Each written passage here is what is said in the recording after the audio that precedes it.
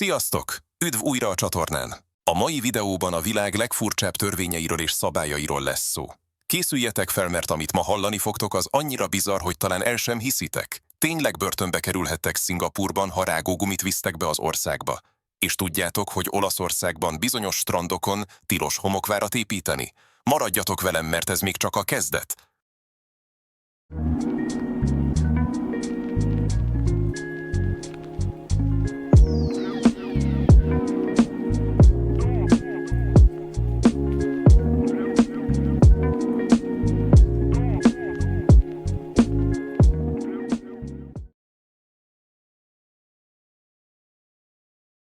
Az első furcsa szabály a listánkon Thaiföldről származik, ahol törvény tiltja, hogy a pénzt megtapossák. Ez első hallásra talán nem is tűnik olyan különösnek, hiszen sok országban tiszteletlenségnek számít, ha valaki a pénzzel nem megfelelően bánik. Thaiföldön azonban ezt komolyabban veszik, mint bárhol máshol a világon. Ennek az az oka, hogy a thai bankjegyeken a király portréja szerepel, és mivel a királyi családot hatalmas tisztelet övezi, a pénz megtaposása közvetve a király megsértésének minősül. A büntetés akár több éves börtönbüntetés is lehet, különösen ha szándékosságot állapítanak meg. A turisták gyakran nincsenek tisztában ezzel a szabállyal, és előfordult már, hogy valaki részegen véletlenül rálépett egy elgurult érmére vagy bankjegyre, ami komoly problémákhoz vezetett. Egy brit turista néhány évvel ezelőtt majdnem börtönbe került, miután részegen egy kocsmában földhöz vágott néhány érmét. Szerencsére a hatóságok megenyhültek, miután elnézést kért, és belátta tette súlyosságát. Ha Thaiföldre utazol, mindig ügyelj a pénzre. Ha leesik, azonnal, illő módon vedd fel, és soha ne használd például könyvjelzőnek, idegességedben pedig ne gyűrd össze. Szingapúrban az egyik legismertebb, egyben legfurcsább törvény a rágógumi tilalma. Ez nem csupán városi legenda. A 90-es évek elején a városállam valóban betiltotta a rágógumi forgalmazását, értékesítését és behozatalát. A szabály megszegéséért komoly bírságokat szabhatnak ki, akár 100 000 szingapúri dollárig terjedően, sőt, visszaeső elkövetők esetén még börtönbüntetésre is sor kerülhet. A tilalom oka meglehetősen praktikus. A város metrójában rendszeresen előfordult, hogy a rágógumit az ajtókra ragasztották, ezzel megakadályozva azok megfelelő záródását, ami komoly fennakadásokat okozott a közlekedésben. Emellett a járdákra, padokra, lépcsőkre és egyéb közterületekre ragasztott rágógumik eltávolítása is jelentős költséget okozott a városnak. A törvényt a 2000-es években némileg enyhítették, így ma már az orvosi vagy terápiás célú, például nikotintartalmú rágógumik recept ellenében kaphatók a patikákban. Mindez része a város szigorú tisztaságpolitikájának, amelynek köszönhetően Szingapúr ma a világ legtisztább metropoliszai közé tartozik. Ha Szingapúrba utazol, a legegyszerűbb, ha otthon hagyod a rágógumit, vagy ha mindenképpen szükséged van rá, akkor győződj meg róla, hogy megfelelő orvosi igazolással rendelkezel. Olaszországban a festői Capri szigetén egy meghökkentő szabály tiltja a hangosan kopogó szandálok és papucsok viselését. Ez a rendelet talán a világ egyik legbizarrabb öltözködési előírásának számít. A sziget vezetése azért alkotta meg a rendeletet, mert a kopogó talpú szandálok és papucsok zaja zavarta a nyugalomra vágyó helyieket és turistákat. A szabály különösen a fapapucsokra és a magas sarkú cipőkre vonatkozik, amelyek járás közben hangosan kopognak a sziget macskaköves utcáin. A büntetés nem elhanyagolható, akár 50-től 500-ig terjedő eurós bírságot is kiszabhatnak azokra, akik megszegik ezt a rendelkezést. A sziget rendőrei komolyan veszik a feladatukat, és gyakran figyelmeztetik vagy megbüntetik a szabályszegőket. A turisták számára különösen nehéz lehet betartani ezt a szabályt, hiszen sokan nincsenek tisztában a helyi rendeletekkel, és a nyári időszakban természetes, hogy könnyű lábbelit szeretnének viselni a mediterrán hőségben. Ha Capri szigetére látogatsz, érdemes gumitalpú szandálokat vagy papucsokat választanod, amelyek nem keltenek zajt a sziget festői, de visszhangos utcáin. A helyiek szerint a csendes járás nem csak a rendelet betartása miatt fontos, hanem a sziget különleges atmoszférájának megőrzése érdekében is. Az Egyesült Királyságban egy különösen régi, ám máig hatályban lévő törvény szerint tilos a postai bélyegeket fejjel lefelé felragasztani a levélborítékra, ha azon a mindenkori uralkodó arcképe szerepel. Ez felségárulásnak minősül, és elviekben büntetőjogi következményekkel járhat. A törvény eredete a régi időkre nyúlik vissza, amikor az uralkodóval szembeni tiszteletlenségnek értelmezték, ha valaki fejjel lefelé ragasztotta a királyi arcképet tartalmazó bélyeget. Bár a gyakorlatban ezt a szabályt már régóta nem veszik szigorúan, technikailag még mindig része a brit jogrendnek. Az elmúlt évtizedekben senkit sem büntettek meg emiatt, de a Royal Mail munkatársai állítólag még ma is odafigyelnek erre az apróságra. Hasonlóan furcsa brit törvény, hogy a parlamentben tilos meghalni, mivel az épület királyi palotának minősül, és akinek ott következik be a halála, annak állami temetés járna. Dánia egyedülálló törvénnyel próbálja védeni a gyermekek egyéniségét és jövőbeli társadalmi integrációját. Tiltó listára helyezett mintegy 24 000 keresztnevet, amelyek nem adhatók az országban született gyermekeknek. Ha a szülők olyan nevet szeretnének adni gyermeküknek, amely nincs rajta a hivatalosan elfogadott nevek listáján, külön engedélyt kell kérniük a hatóságoktól. A kérelmek elbírálása során figyelembe veszik, hogy a név nem okoz-e majd kellemetlenséget a gyermeknek, valamint hogy helyesen írható és kiejthető-e dánul. Minden évben körülbelül 1100-1200 névkérelmet nyújtanak be, és ezek mintegy 15-20%-át utasítják el. Például nem fogadják el a Monkey, Pluto vagy Anus neveket, mivel ezek hátrányos helyzetbe hozhatják a gyermeket. A törvény célja nem csupán a gyermek védelme, hanem a dán nyelvi és kulturális identitás megőrzése is. Érdekesség, hogy a szabályozást 2006-ban némileg enyhítették, így ma már több név kaphat zöld utat, mint korábban. Ennek ellenére a dán névadási törvény továbbra is az egyik legszigorúbb a világon. Ha tehát valaki Dániában szeretne gyermeket nevelni, és különleges nevet adna neki, érdemes előre tájékozódni, nehogy egy hosszas bürokratikus folyamatban találja magát, vagy ami még rosszabb, kénytelen legyen lemondani a kiválasztott névről.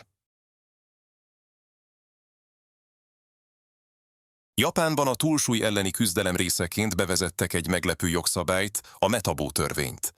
Eszerint a kormány meghatározott egy maximális derékbőséget, amelyet az állampolgárok nem léphetnek túl. A 40 és 74 év közötti férfiaknál ez a határ 85 cm, míg a nőknél 90 cm. Ha valaki átlépi ezt az értéket, először tanácsadáson kell részt vennie, majd diétás és testmozgásprogramot kell követnie. Ez nem csupán ajánlás, a munkaadóknak kötelező ellenőrizniük alkalmazottaik derékbőségét az éves egészségügyi vizsgálat során. Ha egy vállalat nem csökkenti a túlsúlyos dolgozók számát, pénzbírságra számíthat. A törvényt a 2000-es évek közepén vezették be, miután a japán egészségügyi hatóságok aggasztó növekedést tapasztaltak az elhízással kapcsolatos betegségekben. A cél a megelőzés, mivel a túlsúly jelentősen növeli a szív- és érrendszeri megbetegedések, valamint a cukorbetegség kockázatát, ami hatalmas terhet ró az egészségügyi rendszerre. A törvény bevezetése óta Japán több városában is csökkenést figyeltek meg a túlsúlyos lakosok számában. Bár sokan kritizálják a szabályozást, mondván, hogy megszégyeníti az érintetteket, a japán kormány szerint a közegészség érdeke felülírja ezeket az aggályokat. Néhány vállalat kreatívan reagált. Fitnesstermeket létesítettek az irodai épületekben, és egészséges ételeket kínáló étkezdéket nyitottak, hogy segítsék dolgozóikat a megfelelő derékméret elérésében. Svájcban létezik egy olyan furcsa szabály, amely szerint tilos vasárnap zajt kelteni. Ez azt jelenti, hogy nem végezhetsz olyan tevékenységeket, mint a fűnyírás, a porszívózás vagy akár a hangos zenehallgatás. Egyes településeken még a ruhaszárítás is tilos vasárnap, mivel a szárítókötelek látványa esztétikailag zavarónak számít. A szabály különösen szigorú az esti órákban, illetve vasárnap, amikor a csendháborításért komoly pénzbírságot szabhatnak ki. Ezek a korlátozások nem csupán ajánlások, hanem törvénybe foglalt előírások, amelyeket a legtöbb svájci állampolgár komolyan vesz. A szabályozás mögött a svájci kultúra azon értéke áll, hogy a pihenőnapokat tiszteletben kell tartani, és biztosítani kell mindenki számára a nyugodt környezetet. Egy különösen meglepő eset történt néhány évvel ezelőtt, amikor egy férfit feljelentettek, mert éjfél után kiment a mosdóba, és a szomszédok panaszkodtak a WC lehúzásának zajára. Bár ez szélsőséges példa, jól mutatja, mennyire komolyan veszik a zajkorlátozást egyes svájci közösségekben. Turistaként érdemes figyelni ezekre a szabályokra, különösen ha lakóövezetben szállsz meg, hiszen a helyiek nem haboznak jelenteni a szabálysértést a hatóságoknak. A szállodák általában tájékoztatják a vendégeket a helyi zajszabályokról, de ha biztosra akarsz menni, kerüld a hangos tevékenységeket vasárnap, illetve este 10 óra után.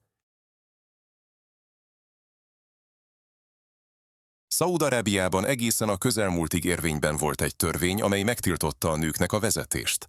Ez a világ talán egyik legmegdöbbentőbb, nemi alapú korlátozása volt, és csak 2018. júniusában szűnt meg, amikor Szalmán király rendelete végre a nőknek is engedélyezte a gépjárművezetést. A tilalom nem valamely vallási előírásból származott, a Koránban valójában nincs ilyen tiltás, hanem a konzervatív társadalmi normákból eredt. Az indoklás szerint a vezetés lehetővé tenni a nők túlzott mobilitását, ami veszélyeztetné a hagyományos családi értékeket. A tilalom feloldása előtt a nőknek sofőrt kellett alkalmazniuk, vagy férfi családtagjaikra kellett hagyatkozniuk, ha el akartak jutni valahová. Ez különösen problémás volt a dolgozó nők számára, akiknek jelentős összeget kellett költeniük a közlekedésre. A változás nem egyik napról a másikra történt, évtizedeken áttartó aktivista mozgalom előzte meg, amelynek több résztvevője tiltakozásai miatt börtönbe került. A vezetési tilalom megszüntetése része volt a Szaúd-Arábiában zajló szélesebb társadalmi reformoknak, amelyeket Mohammed bin Salman koronaherceg kezdeményezett a Vízió 2030 program keretében. Az ország igyekszik modernizálni gazdaságát és társadalmát, bár a kritikusok szerint még mindig számos területen korlátozzák a nők jogait. Ma már a szaúdi nők rendszeresen vezetnek az utakon, autókereskedésekben dolgoznak, és taxisofőrként is elhelyezkedhetnek, ami néhány éve még elképzelhetetlen lett volna ebben a konzervatív királyságban. Szingapúrban a WC lehúzásának elmulasztása bűncselekménynek számít, és komoly pénzbírságot vonhat maga után. Ez a szabály a városállam híres tisztasági törvényeinek része, amelyek Szingapúrt a világ egyik legtisztább helyévé tették. A törvény betartatására a hatóságok időnként ellenőrzéseket végeznek a nyilvános mosdókban, és ha azt találják, hogy valaki nem húzta le maga után a WC-t, akár 150 szingapúri dollárig terjedő bírságot is kiszabhatnak. Ez körülbelül 40 000 forintnak felel meg. A törvény különösen meglepő a nyugati turisták számára, de teljesen érthető egy olyan sűrűn lakott városban, ahol a közegészségügy kiemelt fontosságú. Szingapúrban más tisztasági szabályok is léteznek, amelyek megszegése komoly következményekkel jár. Ilyen például a szemetelés tilalma, amelyért első alkalommal 300 szingapúri dollár bírságot szabhatnak ki, visszaeső esetén pedig akár 1000 dollárt is kiszabhatnak.